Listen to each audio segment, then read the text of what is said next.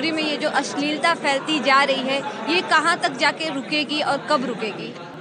अश्लीलता कोई फैलाता नहीं है और वो अश्लीलता है नहीं, अपनी अपनी सोच है। भजन भी तो हैं, उसके इर्द गिर्द ऊपर नीचे देखिएगा यूट्यूब में तो भजन भी मिलेंगे 5 गो।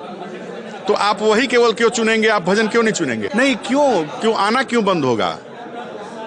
राक्षस जो है द्वापर त्रेता में कंस और वो जो राक्षस वगैरह जो थे उस टाइप के, उनका आना कहाँ बंद हुआ? भगवान ही तो थे इस पृथ्वी पे। तो राक्षस तो हर समय रहते हैं, राक्षसों का आतंक रहा है तो राक्षसों का तो आतंक रहेगा ही। ये गोलगप्पा के गपशप एक भोजपुरी मतलब इसको कहेंगे अलग तरह का शो है। हमरो में दुकान बैठे फूल उल के, हम पंडित जी बानी हैं। आपके कैरेक्टर का नाम क्या होगा इस पूरे गोलगप्पा के गपशप में? हमारे तल्ली फिंटिस बाबा के होने बैठे वो दुकान। निधि तिवारी, दैनिक भास्कर, पटना।